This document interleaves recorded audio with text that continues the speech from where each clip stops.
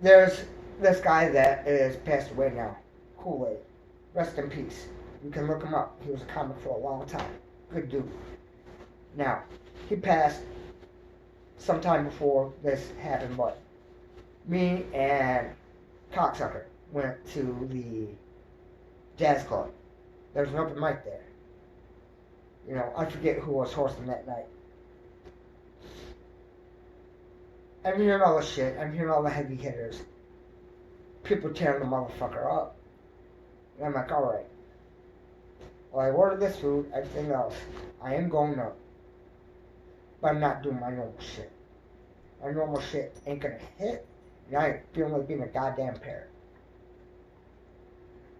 So I went up there when it was my time. And I just ripped. I went as hard as I could. I know what I look like. So I kept going with that. That I look like I do coke or crack.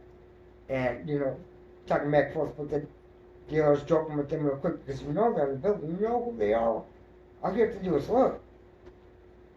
Sometimes it's not hard to spot one. Sometimes it's damn near impossible if they're good, if they're real good. But usually it's not that hard to spot them because if it's hard to spot them, it's hard for them to move stuff. Now, I'm getting up off the stage. I want to go outside and have a cigarette, right?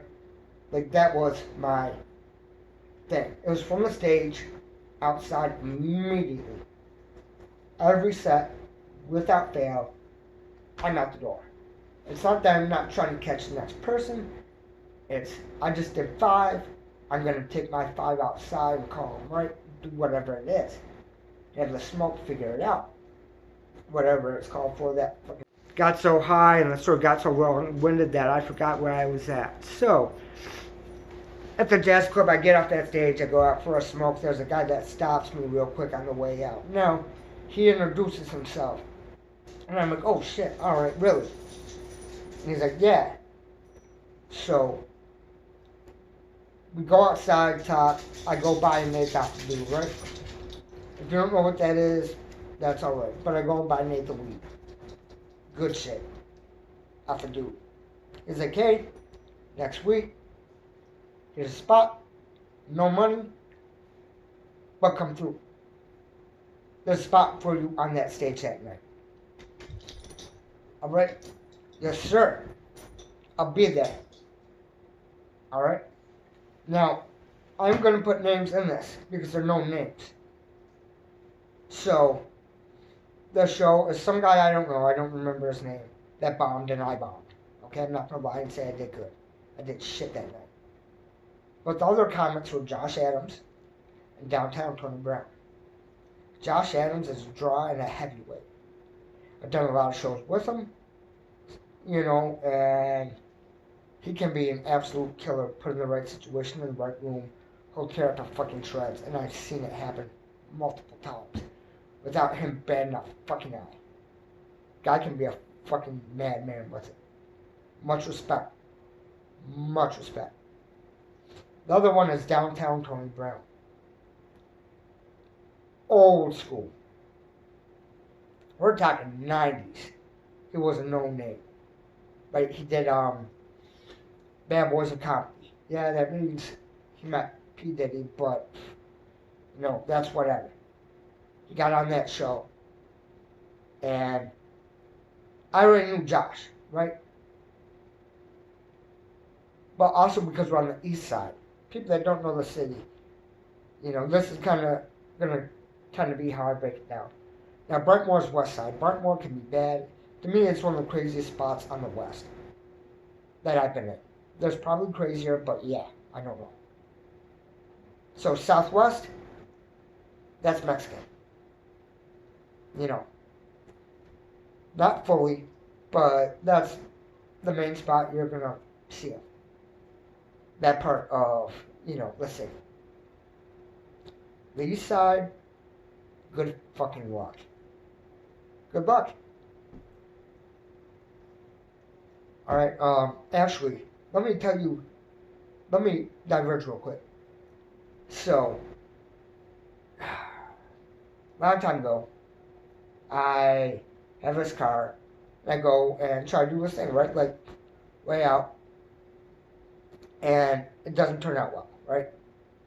So it's I forget if it's a 2 hour drive, whatever. It's a ways out across the city. I was on the west side, and when I came back, my car stopped in the east side.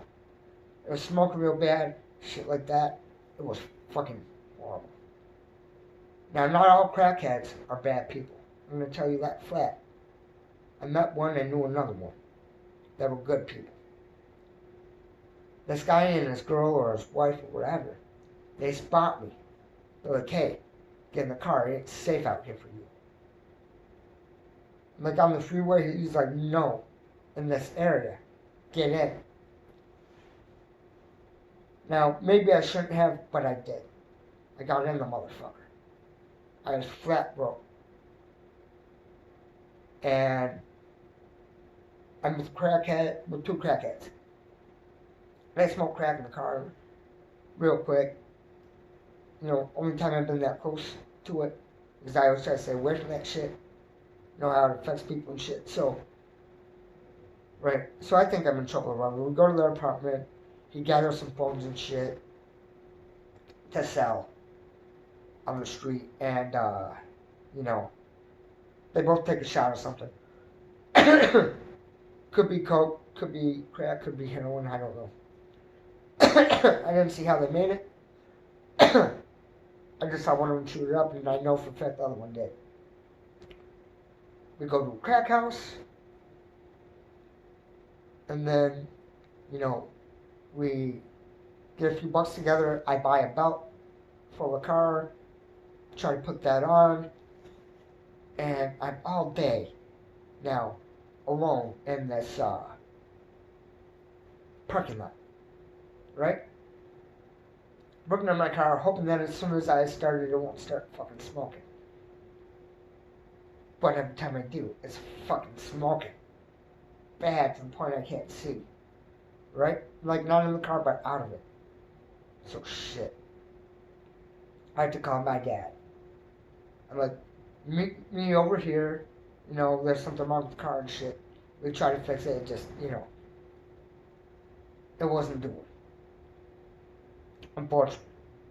So, the house that I used was this house that I used to go to on the weekends to hang out with this woman. Like, we go to the movies and shit. I go to the movies pretty much every weekend with her. And I didn't know she wouldn't have banged me, so we never banged because at that point, if I wasn't positive, I wasn't going for it. Lost track again, and now we're back to it. So, now you kind of understand about the East Side. It's not necessarily a safe place for everybody. I did an open mic there once, and the guy showed me a gun and basically told us to leave, right? So that is what it is.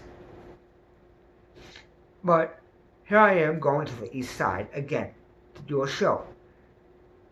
I make sure that the bartenders know who invited me.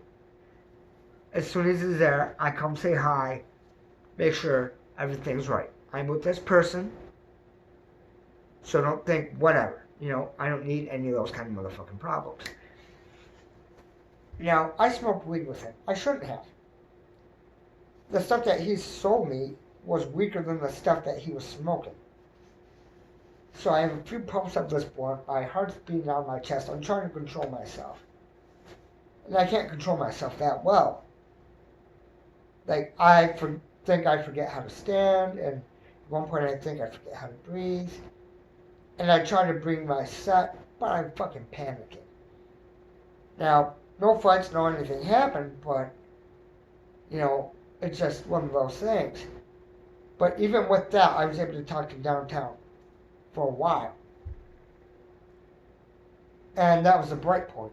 Because after that, I did a few of his open mics over on the East Side. And that's a spot that's a little bit better, but there was never any trouble. But at that point, I stopped drinking. So, because I stopped drinking, the bar wasn't the happiest that I kept coming. But I go from there to downriver, usually. I'd hit the one spot with him, and then I'd drive across and hit the other. Because comedy was always a hustle. Always.